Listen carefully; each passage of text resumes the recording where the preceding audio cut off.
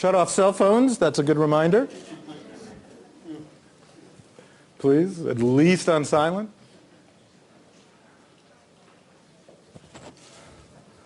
Unless your cell phone is tuned to a particularly good music station.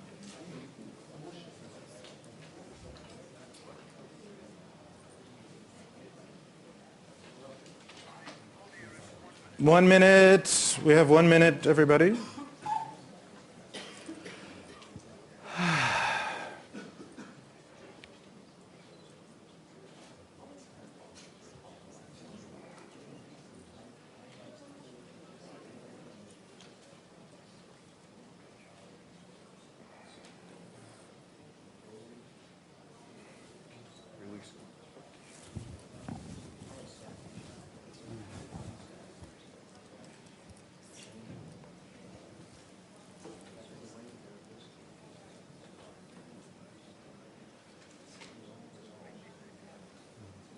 "20 seconds. Can I have everybody's at least feigned attention?"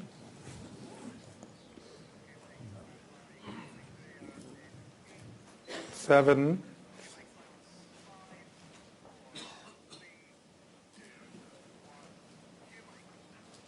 Hello, I'm Mike Oreskes from the Associated Press, and welcome to this AP Davos debate.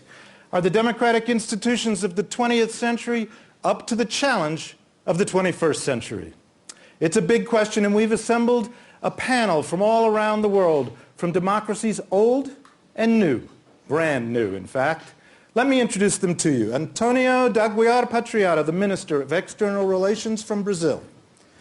Hina Rabbani Khar, the Foreign Minister of Pakistan. Rached Ghannoushi, the Chairman of Ennahdha, the winning party in the first free election in Tunisia's history. Congressman David Dreier, Republican of California, and also the chair of the House Democracy Program. And finally, Ken Roth, Executive Director of Human Rights Watch. Thank you all for being here. We have a lot of ground to cover. Let me begin. From the streets of Cairo to occupying Wall Street, the defining image of the past year was the protester demanding democracy. In some places, those demands were realized, sometimes partially, sometimes quite remarkably, as in Tunisia. But in other places, the answer was brutal repression, or in the West, gridlock and frustration. And many of the Western countries seemed unable to provide the shining example that they used to provide. So I want to start with you, Congressman Dreier. You're the senior elected official on this panel. Has democracy run out of steam? Is it ready for the 21st century? Well, I'm not only the senior elected official, I'm the only elected official who's actually here. But well, I guess Minister Khar has been. Mr. Khar has been elected, right, has been elected. But, and I'll defer to her at any time, of course. Let me say that if you look at the 2 centuries, I think it's very interesting, Mike, to note that the demands are the same, but if there is a lesson that emerged from the latter part of the 20th century coming into the 21st century, it's something that I like to point out, and that is one election a democracy does not make. The real work takes place between elections. The issue of institution building is a very high priority. It's something that needs to be done. And in 1982, when Ronald Reagan called for the establishment of the National Endowment for Democracy, he talked about the hard work of developing the infrastructure of democracy. And so these new and re-emerging democracies around the world need to work hard, and there are many people who want to participate and not involve themselves where they're not wanted, but share their experience, and that's what the House Democracy Partnership is all about. Chairman Ghannoushi, how is the transition to democracy going? I have to be optimist. We haven't another choice, only to let this experience of democratize our country and our Arab world succeed. Since 19th century, the Muslim world has a dream. That dream is how we can coexist, concile democracy and Islam, or modernity with Islam. This dream has not succeeded because the outside pressure, the colonization, has crushed this dream.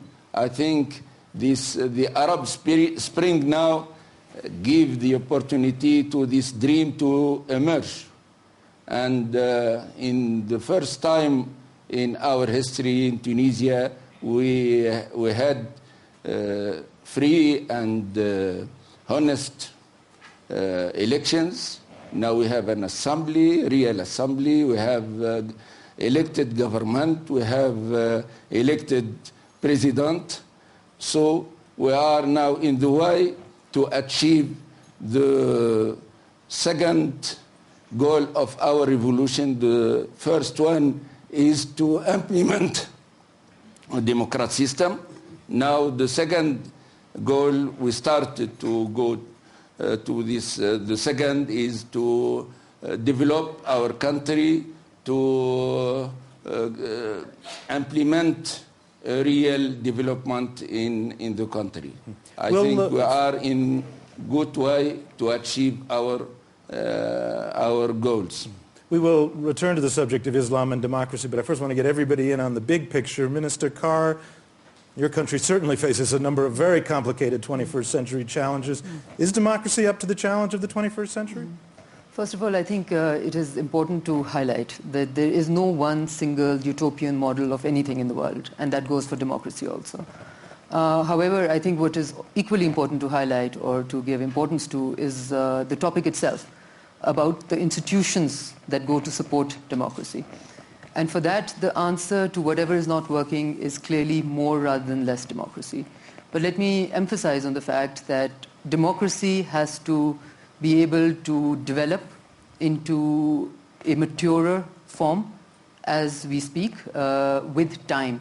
You need time to be able to evolve into a stronger democratic setup to be able to deliver better. And that is the aspirations of the people, is the eventual goal of any system, democratic or otherwise. So in all of this, I think what we have to keep in mind is that first, that one solution fits all sort of a mindset should obviously be avoided in the case of many, many countries. But in the case of Pakistan, for instance, because this institution of democracy or the democratic institutions, be it the political parties, be it the parliament, be it any of these institutions, never really got a time which was long enough for them to develop and to mature into a proper system. Therefore, of course, we will continue to be a young democracy. So today we are a democracy which is almost 4-year-old, which is only 4-year-old, despite the fact that we have had stunts of democracy in the past also, anywhere ranging between 2 years to 2.5 years. But till the time that you can consistently grow and develop those institutions and have a model which is there to stay, then democracy will continue to be challenged in the way of delivery. Mr. Patriota.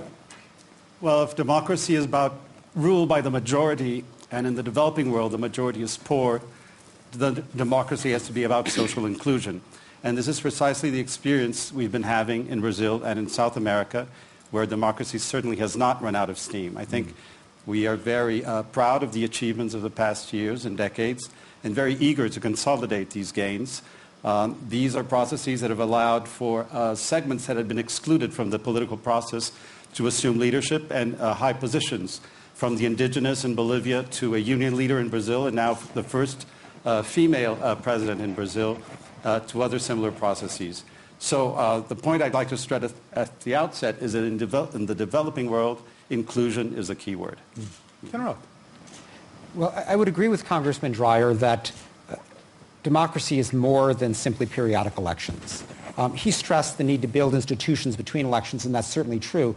I'd like to stress something else, which is that it's not enough just to allow someone to vote every 4 or 5 years. You need to allow them to speak out and to organize around matters of public concern in between.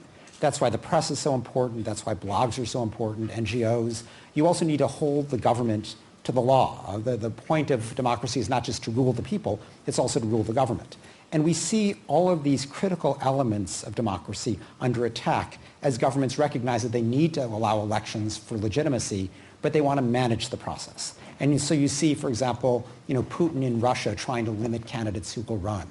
In Iran, they've just arrested 10 bloggers and journalists this month to try to prevent a free press in advance of their parliamentary elections in March. Egypt right now is cracking down on NGOs because they've been one of the critical sources of pressure on the military. And time again, you see governments who say, well, we're certainly happy to apply the law to other people, but please don't hold us accountable for our human rights abuses. Don't prosecute us for torture or for shooting at demonstrators. If we're going to talk about full democracy, we need to include all of these elements, not just periodic elections. Well, thank you all very much for setting the stage. So let me try to run down some of the key challenges and get the different perspectives from the different parts of the world. As you enter Davos, immediately right at the threshold of the town, there's an encampment of the Occupy movement, Occupy Davos. And one of the protesters has a sign, and I want to read it exactly. If voting could change anything, it would be illegal. Well, that's pretty cynical, I have to say. And I'm a journalist, so I know from cynicism. Right?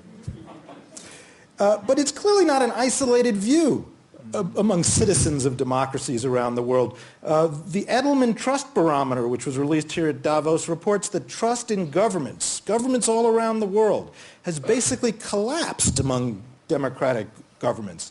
And we solicited for this panel questions on Facebook, and a number of them were just dripping with doubt about the effectiveness of government. I'll just read you one. How is it that with all the highly respected, well-paid technocrats managing the world economy, everything is still going wrong? Well, that's pretty dispiriting when a lot of people have those kind of ideas. And I guess the question I want to ask, starting with you, Minister Patriota, is, can democracy survive such a profound loss of faith? Well, cynicism is certainly a very dangerous and risky attitude to have when you're looking for political progress.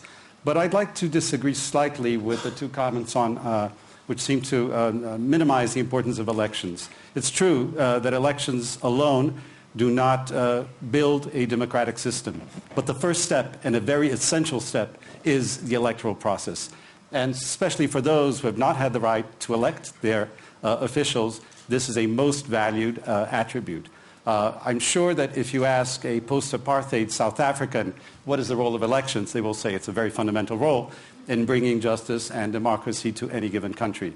So if you look at Haiti, if you look at other places, let's not underestimate the importance of elections. Of course, otherwise institutions are fundamental, and cynicism comes out of, well, government's not delivering what the people are asking for. This is why I stress once again that in the case of societies marked by great concentration of wealth, inequality, poverty, social progress is fundamental for the population, the electorate, not to lose hope in changing and modifying and advancing their societies. Minister Khar.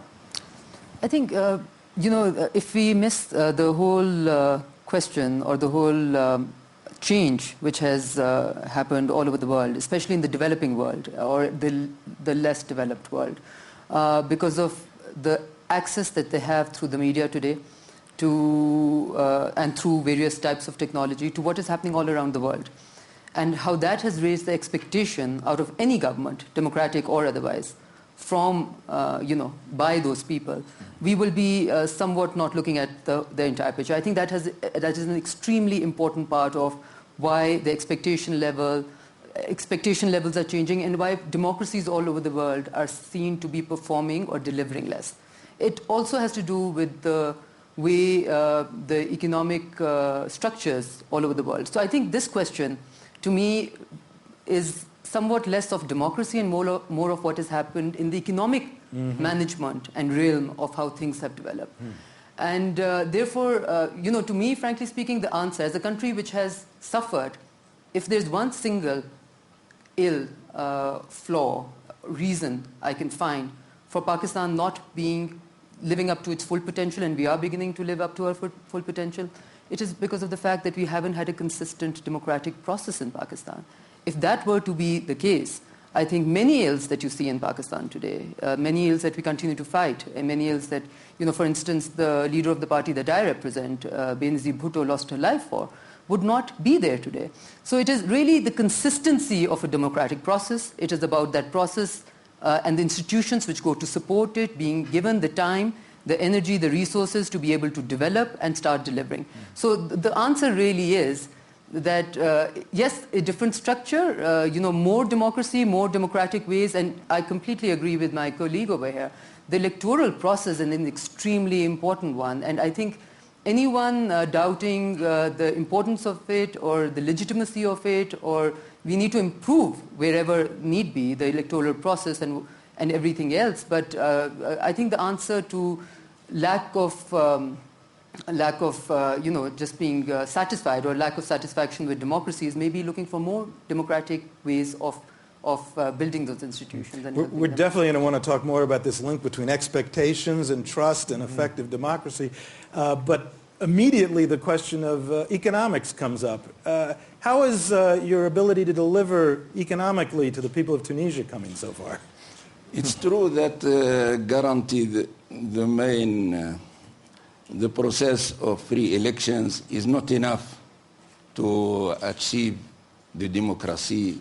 Democracy needs civil society, very rich civil society, needs also to respond to the main necessity of the people, because democracy without social justice can be transformed into mafia. The government can be transformed into sort of mafia, so we have guaranteed the needs of people, social justice, and people can achieve these needs when we open up the system, when we have free economy, when we fight against the corruption, because the governments, not in Arab world, but in many countries, is transformed into mafia. We have to fight against the corruption. We have to open up the system to attract the investors, the investment from inside and from outside, and to guarantee the social justice. Congressman Dreier. Well, Mike, I think that there is a correlation between what Minister Patriota, Minister Khar, and Chairman Ghannoushi are talking about when it comes to, and I really put this into expectations.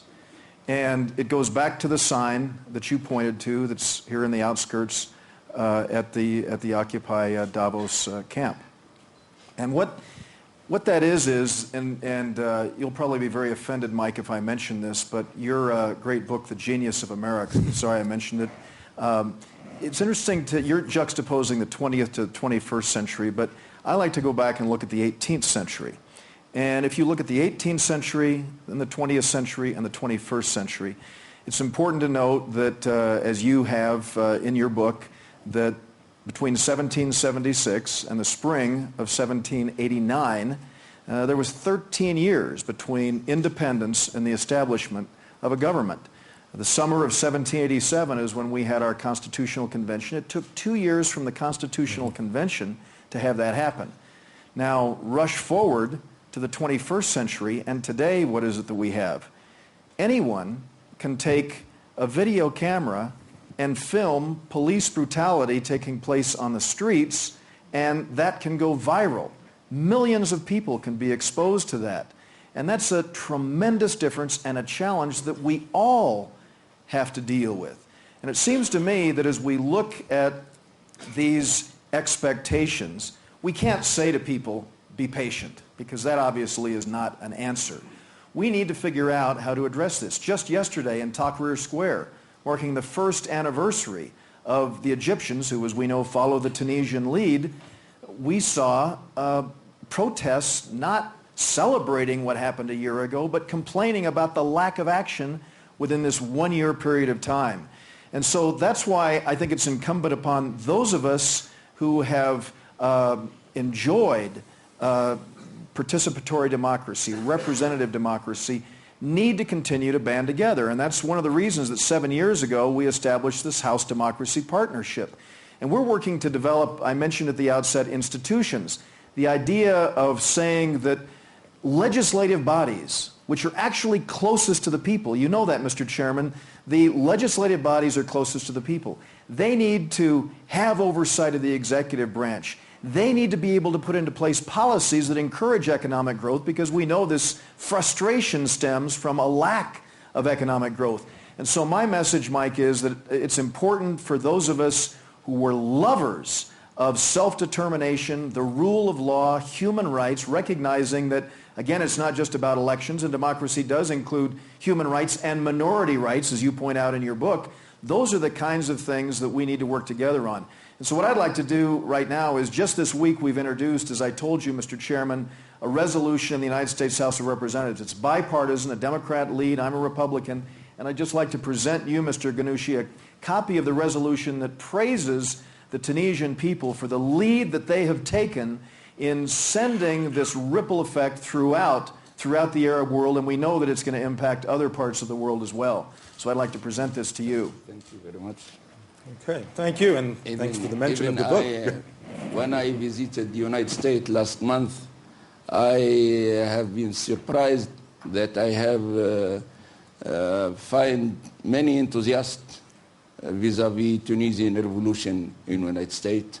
I'm very pleased that. Well, you know you have that, Mr. Chairman.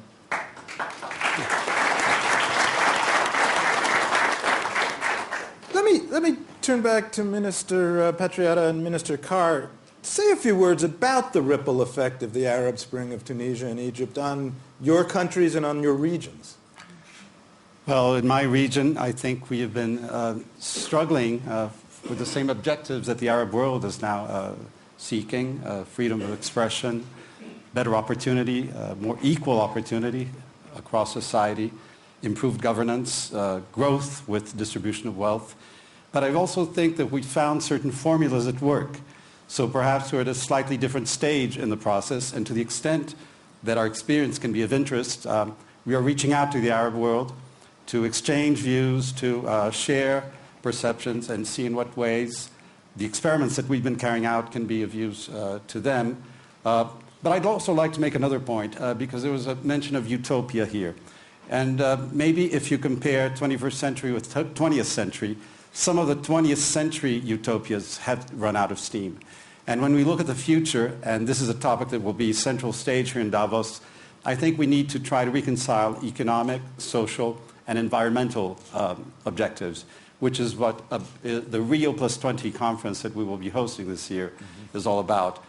If we also gain awareness about our common humanity, the fact that we are threatened by environmental circumstances, this can also have a transformational effect in societies and improve the communication between different models, and ultimately, I think, lead to better government. Mr. Khar? You know, it's interesting. I think the ripple effect, or the effect in Pakistan, would have been very, very different. I'm almost encouraged, thinking of using the word transformationally different had it been maybe 5 years back or 6 years back, when you had a non-representative government in place in Pakistan. Now, then the effect would have been pretty much, maybe we would have seen the Arab Spring find its way somewhere in South Asia, and you could have said that it has sort of crossed some oceans to reach it. But in Pakistan, at the time that this was happening, we had, after years, a truly representative government. And we had a government which was certainly struggling with all the challenges that Pakistan has, which continues to struggle with those challenges.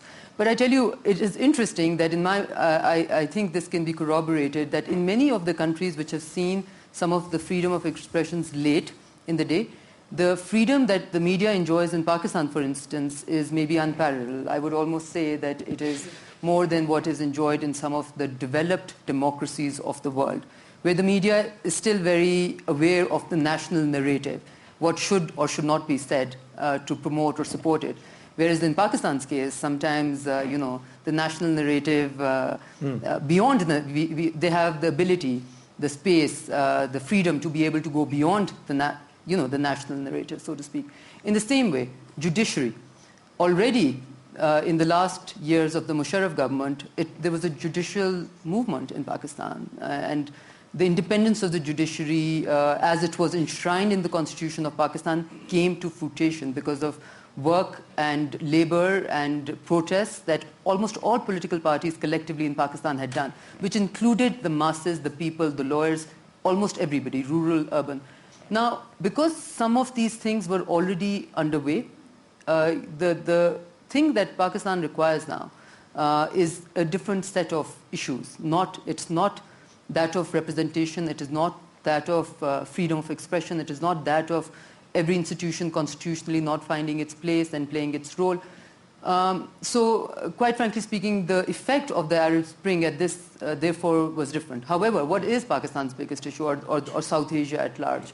It is that of ensuring that we are able to feed our poor and able to give them some sort of a social, system in which they are able to have access and have opportunity.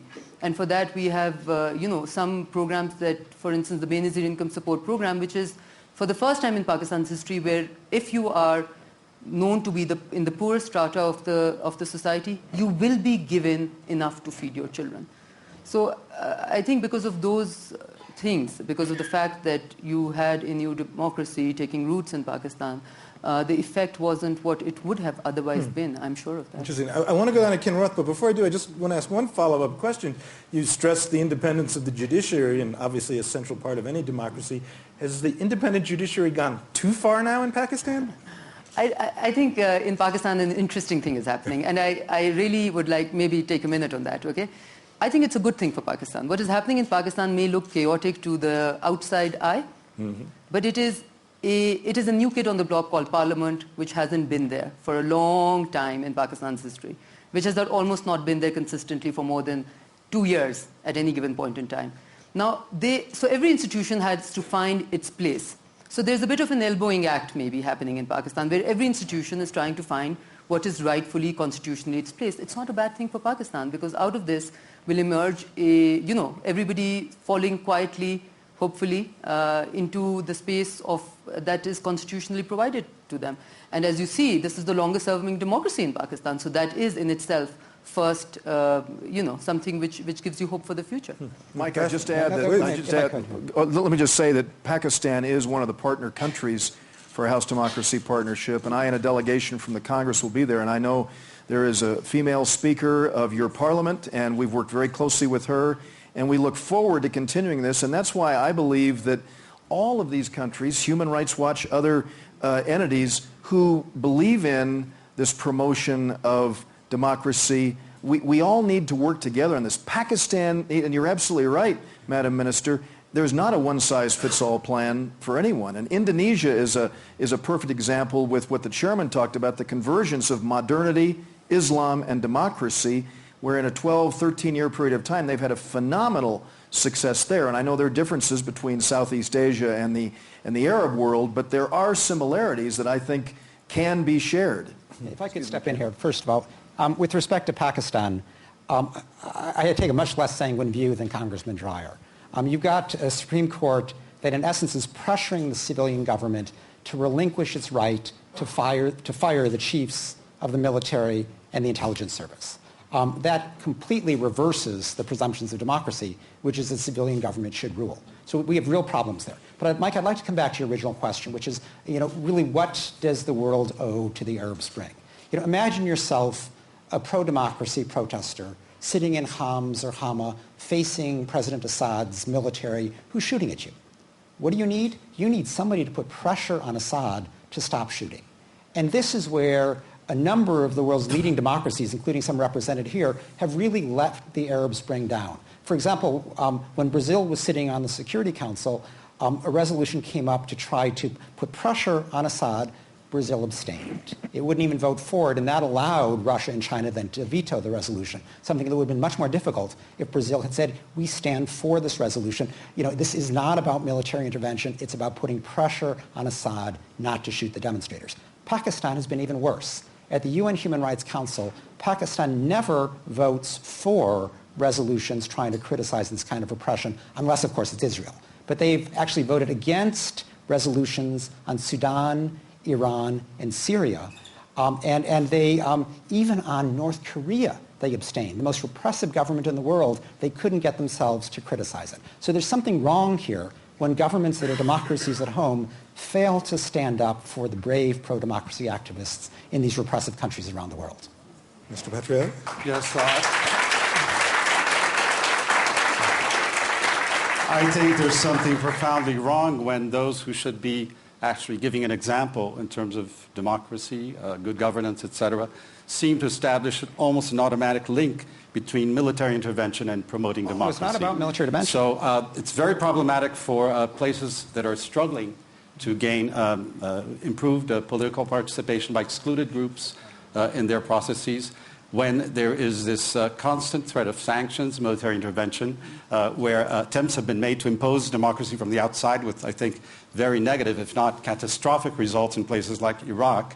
So abstention here is not abstaining from condemning violence against unarmed civilians, abstaining from siding with those who seek for greater participation in political process. On the contrary, abstention here is ensuring policy space for diplomacy, for negotiation, for dialogue, and for progress that doesn't breed violence. Because very often these extreme positions, and I think both the Western and the permanent members who vetoed the resolution were failing to reach a consensus, and this did not help the manifestants on the streets.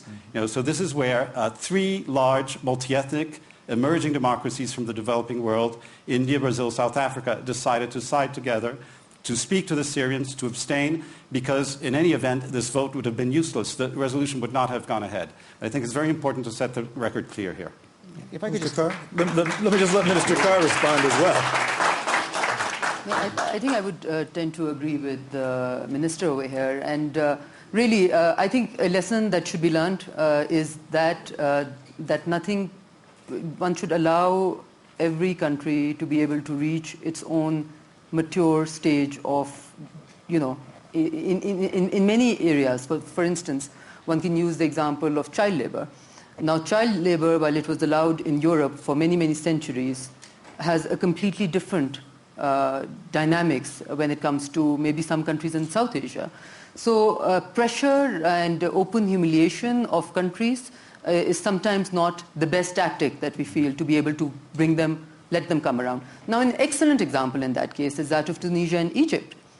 There was no pressure coming in from an outside force. There was no nudging maybe even being done as such. There was no military support that was given. It was people who demanded their right in a certain way, who got their right in that way, and then once the people of that particular country have decided and have stood up for their rights and have demanded, then it is really the job of the whole world to really be a support system, to provide a support system to them. But to enforce what are considered to be ideal values, which may be prevalent in one country or the other on another, has always been counterproductive. Before I come back to Ken Roth, I want to ask Chairman Ghannoushi, do you feel that the democratic world has let down the Arab Spring? I think that the Arab Spring is very important for all the world because the Arab world is very important as a base of the main wealth, the petrol, the strategical place. I think if the democracy can succeed in this part of the world, I think it will be in favor of the whole of the world. I think some Orientalists argue many times that Islam is an obstacle in face of democracy. The Arab Spring proved that Islam is element of democratize this part of the world, and all the mainstream of the Islamic movement, like Ikhwan Muslimin in Egypt, Ennahdha in Tunisia, Justice and Liberty in Morocco, in Turkey, the mainstream of Islamic movement is moderate one. They decide, they believe that democracy and Islam, modernity and Islam is compatible, so the world have good good benefit from what happened in Arabic world through the Arab Spring. Mike, could we specifically ask Chairman Ghannoushi about Syria as a part of this, which is what Ken is raising? Because I think that there obviously is a question here as to whether or not the Western world has in fact been supportive of the expansion of the Arab Spring, including into Syria, and I think that's the After the collapse of the Soviet Union, the wave of democracy was spread in the world except the Arab world. I think the obstacle was not Islam, but the outside pressure, which doesn't help the democracy in Arab world. I think now this wave of democracy will spread through all Arabic countries, among them Syria. I have any doubt that Syria revolution will be succeed as all other revolutions. Minister Khar? I just want to, it just occurred to me that what we're talking about is interesting, becomes even more interesting by the fact that some of the most, some of the most mature democracies all over the world, some of the most established democracies all over the world, so not just one part of the world, all over the world, have been supportive of, much more supportive of non-civilian dictatorships in Pakistan, an excellent case in point, than they have ever been of civilian democratic dispensations in Pakistan. And that can be seen in some ways in the Arab world also. So what I was referring to before is pretty much in the same light, that we cannot have a change of heart overnight when our interests can be, can be met in a different way, and cannot propagate our own interests and therefore propagate very, very undemocratic regimes in many, many parts of the world for very many, many long years.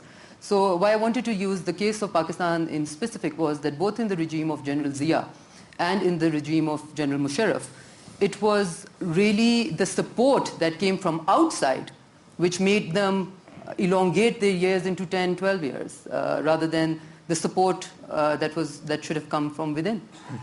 There's no question that the Western governments have supported military dictatorships in many parts of the world, and they've been widely criticized for that, and I think quite legitimately. But the question is, if pro-democracy, if a movement is facing severe repression, facing violence, should the world just sit by and wait for a natural evolution to see, if the numbers killed get so high that finally the military is overthrown, or should they try to help by trying to curtail the killing? Now, in the case of Egypt, pressure was actually put on the military to oust Mubarak and to stop the killing. It played a very important role. The revolution was, by far and away an Egyptian revolution, but external intervention, not military intervention, but just pressure, helped stop the killing. In Syria today, the question is, are we going to just sit there and wait for it to naturally evolve, as Minister Khar seems to be suggesting, or are we going to try to put pressure on Assad through seizing assets, through travel bans, through referring the country to the International Criminal Court, not through military intervention, which is a red herring that is just not on the table. But, are those more limited forms of pressure going to be used, or should we just sit back and fold our hands? I think folding our hands is the wrong thing to do. I think we have a duty to stand up and help the people who are risking their lives day in and day out to try to have the same democracy at home as they would have enjoyed if they happened to live in Pakistan or Tunisia or Brazil. I think Ken makes a very important point here, Mike, and that is that if you look at what has transpired, beginning a year ago last December in Tunisia, spreading to Egypt, obviously look at Libya that has taken place, and as this spreads, is it all of a sudden going to stop? And that's the thing I think that is of concern. And again, it's the utilization of this 21st century technology that has allowed the world to witness this, and that's why I think Ken correctly points to the fact that the idea of having some kind of solidarity here is important. And I understand the impact of the Syrian economy on countries like Lebanon and others. I understand that, but the fact is, when it comes to the recognition of human rights and the thing that has been so successful that, a year and a half ago, if one had contemplated the idea of Ben Ali and Hosni Mubarak being where they are today, you would have said you were crazy. And so look at what has happened. And so that's why I think Ken's point is an appropriate one. We've got this movement going. We should be doing everything we possibly can to encourage more self-determination and the development of these democratic institutions and the rule of law and the recognition of human rights. Let me pick up on Congressman Dreier's reference to 21st century technology and come over to you, Minister Patriota. So social media has obviously been a major force over this past year, and yet it's also obviously a force that hits limits, hasn't moved the government in Syria, and it also raises the question of, even when it does help drive a revolution, then what? Is social media actually a force that will help us govern, or is it just an electronic way to channel the mob? I think there are very many different aspects to this question. Obviously, the social media can have a very galvanizing effect in mobilizing people who would otherwise not be in touch with each other under very noble and worthy objectives, such as improving governance, outlawing corruption, and so on. But there are types of media also that fuel polarization. And we know that in any political system, and of course I am entirely pro-democracy, you need to build consensus to some degree, or at least to ensure governability through discussions that will bring societies together. And to the extent that the social media breeds hatred, polarization, also takes advantage of unresolved international issues. And I must say that the beauty of the Arab Spring was that it was entirely, self-promoted from the start. It wasn't against anyone. But I have my doubts that if the Israel-Palestine issue remains too long without a solution, if this is not going to poison the atmosphere and instigate violence rather than consensus. Well, the Arab Spring was clearly against those dictators of Hosni Mubarak and Ben Ali and others. It was homegrown. That's the point I was trying to make. Right. Absolutely. Well, I mean, as is the case in Syria. I Chairman Ghannoushi, if you had to rank, though, the importance of social media in the Arab Spring versus the importance of Al Jazeera, what would you say? The Arab Spring is made in part by the media, but not the traditional media, by the new media, by Facebook, Twitter.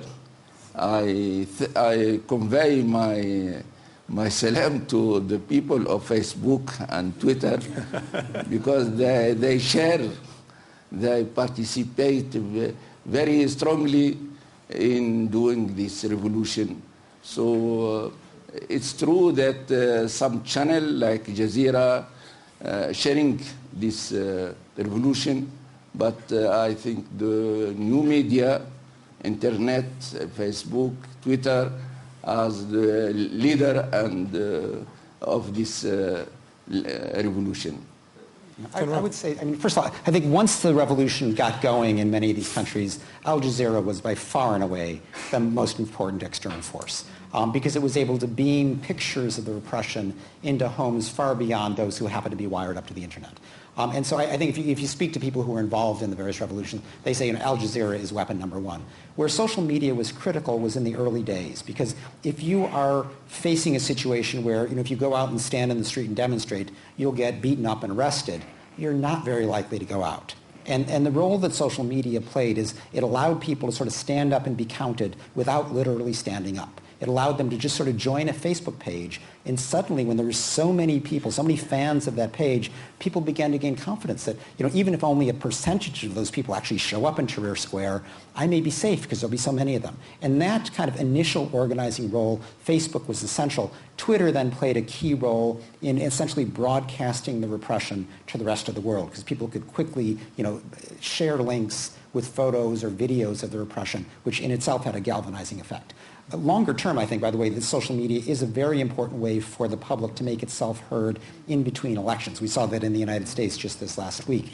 But it is such a quick way of allowing people who may not have access to the traditional media, nonetheless, to have themselves heard and to quickly organize large numbers of people, and governments simply have to pay attention to that mobilization.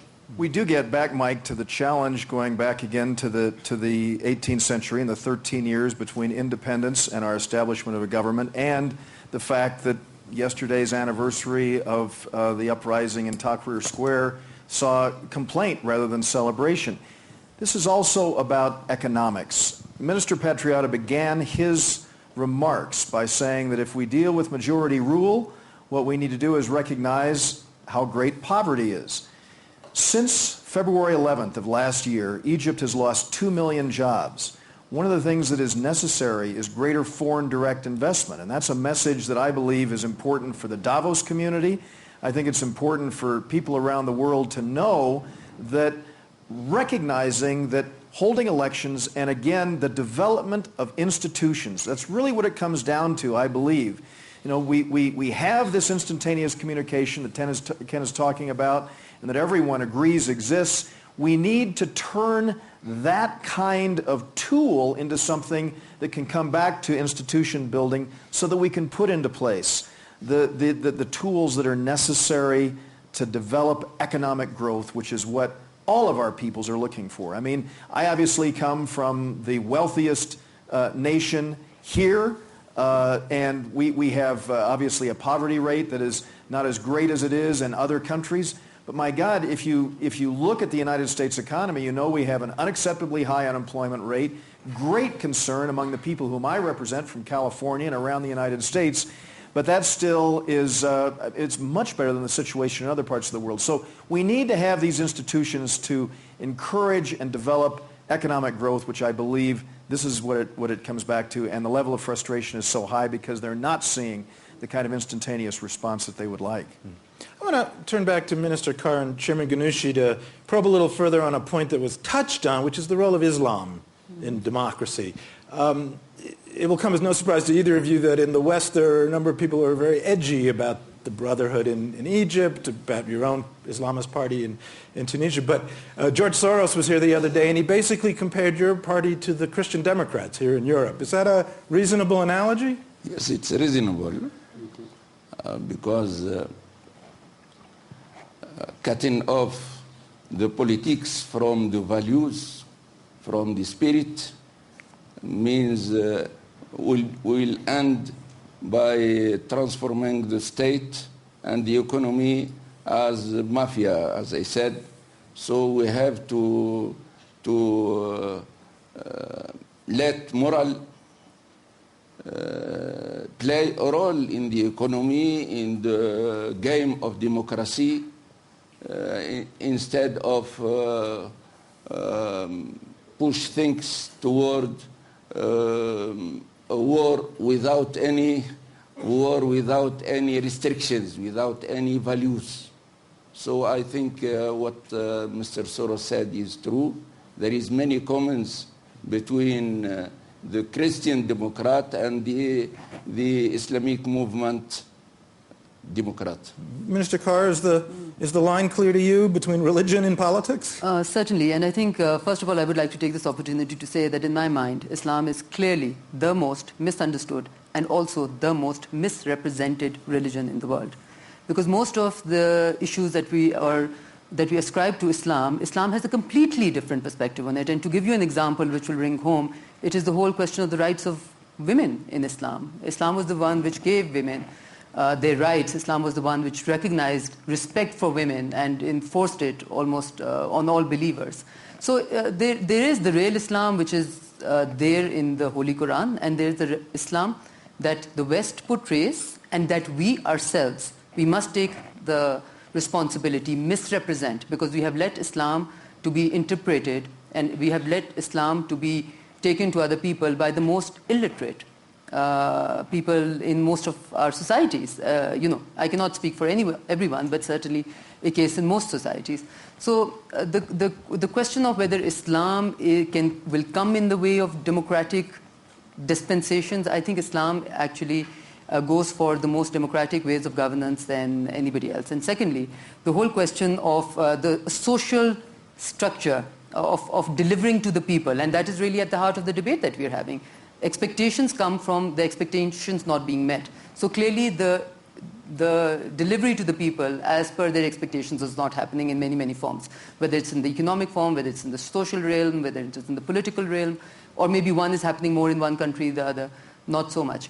But if you look into the caliphate, for instance, in what Prophet Muhammad brought to Arabia, to Arab, it was really a completely, not only democratic, but a social system of delivery which will keep all of us, which will embarrass all of us if we were to dig deeper into it. So I don't see these to be contradictory forces. I see this to be supportive forces, to be exceptionally supportive forces. And the best example for that, I hope Pakistan will be a very good example in 10 years, but the best example for that today is Turkey. The level of satisfaction, expectations being met of the people of Turkey is probably higher than many other countries. And there has been, Islam, a political party which was considered to be far too Islamic has delivered more to the people of Turkey than the ones which were not. So I think we should really look at things with a newer lens. Chairman Ghannoushi, why do you think Islam is so misunderstood? In Islam, there isn't any sort of church. So no spokesman of Quran. Any Muslim can learn the Quran and understand what you understand. So within Islam, usually in the history, there is pluralism. Means free interpretation. Free interpretation means plurality. There is no spokesman of God in the earth. The Ummah, the nation, the whole Muslim nation is the spokesman of God. But no state, no church, no Islamic party can pretend that he is the spokesman of God. So democracy can goes friendly, can work friendly with Islam, because in Islam we need democracy to make decision, because there are many interpretations of Islam. Which one we can decide that this one is good and we have implemented? The majority of Ummah, the ijma', consensus of Muslim, who can decide which Islam we choose to implement, but after that all Muslim can deal with the Quran, with the Sunnah, without any restrictions. Ken Roth and then Minister Patriota, please. I completely agree with Mr. Ghannoushi that there are many Islams, just as there are many Christianities, there are many Judaisms. Between Erdogan and Bin Laden. Yeah. And you have on the one hand the liberal Islam of Mr. Ghannoushi, and the other hand you've got the Taliban. And the real question is, which Islam prevails in any given country? In a place like Turkey, the AKP under Prime Minister Erdogan has been quite tolerant with respect to religion, although increasingly repressive with respect to free expression and ethnic issues. I think the real question in a place like Egypt is, which way will the Muslim Brotherhood come out? They've got the Salafists pulling them in a more illiberal direction, and they have actually elements of their own party pulling them in a fairly liberal direction.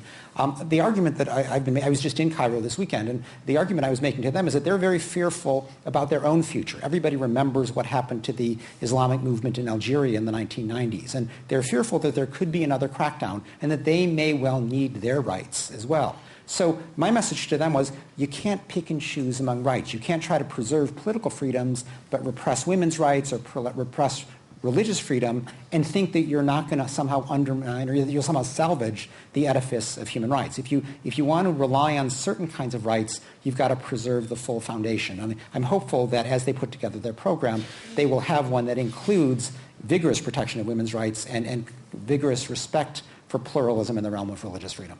Mr. Patriota?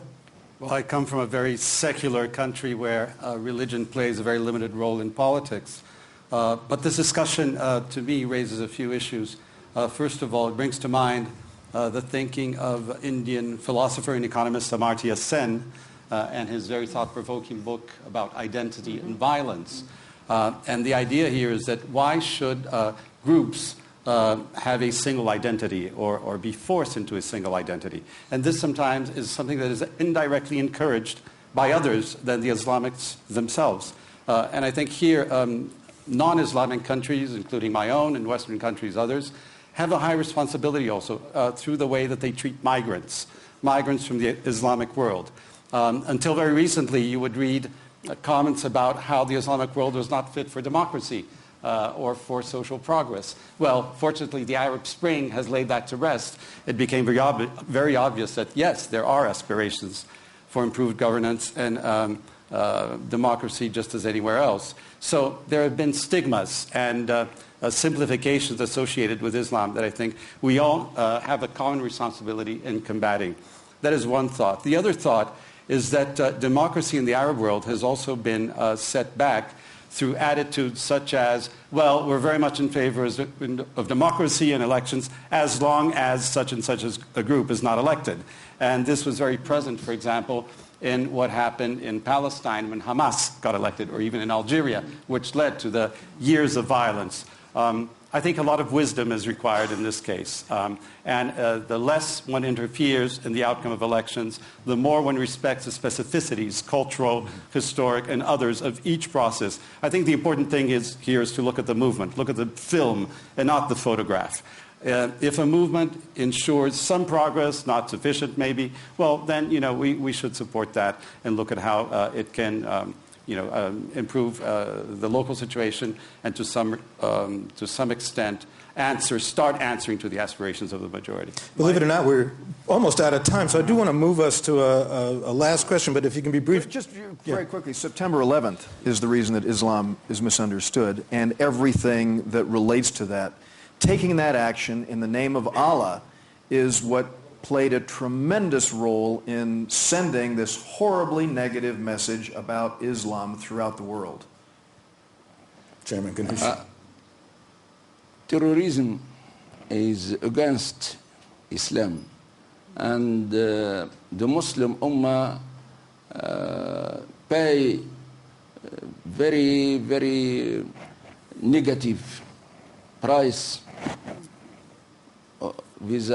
from this terrorism. I think linking Islam with terrorism is very bad. It's giving the terrorism justification, because nothing common between what happened in 11th of September in Britain, in Tunisia, in everywhere. I think it's very, very negative, and giving justification for the terrorism. Nothing common between Islam, between jihad, the notion of jihad in Islam, and what the terrorists have done, and it's misunderstanding. In Europe itself, during the 70s, there are some fractions who using violence,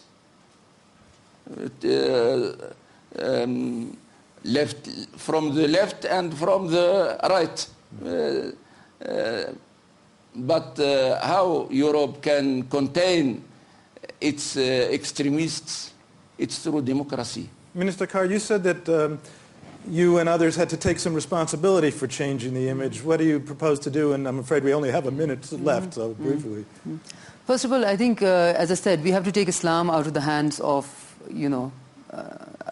of the leftovers of society almost. We have let Islam be taken over by almost illiterates, interpret it in our mosques every day, and tell people versions of Islam which are then spread all over the world. I would want to, therefore, every country has to take more responsibility in how that is managed, because Islam does not have a clergy system. So the way it has to be managed has to be in a better way. But I would like to take this opportunity to say something I have not said before. It is also the responsibility of the Western countries to send a message of positivity to the Islamic world. So you do the whole question of identity, violence, and these things. If you separate the people out of the common mankind almost, and separate them as the cause of all ills and cause of all problems, and then continue to show examples of festering issues. So I would like to end on that, the issue of Palestine and Israel, and show extreme bias in the way we deal with that. The issue of Kashmir, for instance, in South Asia. So these are all things. We all have to do our bit in order to make sure that Islam and people who follow Islam are not seen to be an ostracized, community within humankind. On that note, we've finished our AP Davos debate, but clearly this conversation is only beginning around the world. And we do want to take one last final step in the spirit of democracy and ask you here in the studio audience to vote on the question that was before this panel. And as you recall, the question was, are the democratic institutions of the 20th century fit for the challenges of the 21st century? All those who think the institutions are fit as they now stand, please raise your hands. No secret ballot, Mike? Not bad. No, we don't do secret ballot here in the debate. All those who think the institutions of democracy need change for the 21st century. Wow, a close election. Not as close as Florida, but close. We want to thank you all very much, and especially I want to thank our panelists. This has been the AP Davos debate. I'm Mike Oreskes. Thank you.